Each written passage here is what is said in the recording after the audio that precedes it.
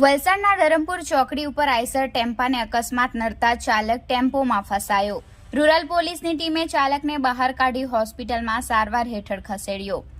મોડી રાત્રે વલસાડના નેશનલ હાઈવે નંબર 48 પર ધરમપુર ચોકડી ઓવરબ્રિજ પર બનેલી અકસ્માતની ઘટનામાં ટેમ્પો નંબર DD01C9742 નો ચાલક બજરંગી સીતારામ યાદવ ટેમ્પોમાં વાપીથી માલ ભરી સુરત તરફ જઈ રહ્યો હતો।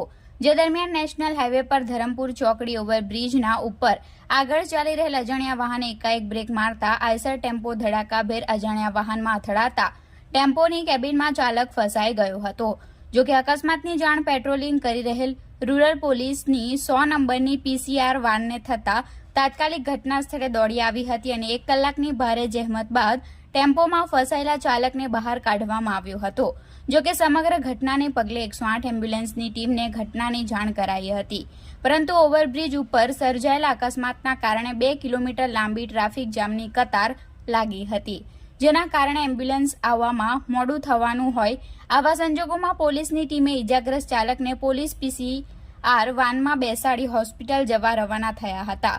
જો કે અદ્રસ્તે 108 એમ્બ્યુલન્સની ટીમ આવી પહોંચતા તાત્કાલિક PCR વાનમાંથી પેશન્ટને 108 એમ્બ્યુલન્સમાં ખસેડી વલસાડની સિવિલ હોસ્પિટલમાં ખસેડવામાં આવ્યો હતો।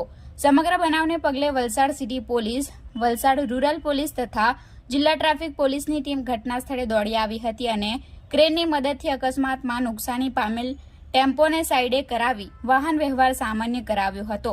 સમગ્ર મામલે રાહદારીઓ તથા ટ્રક ચાલકોએ પોલીસની ટીમનો આભાર વ્યક્ત કર્યો હતો।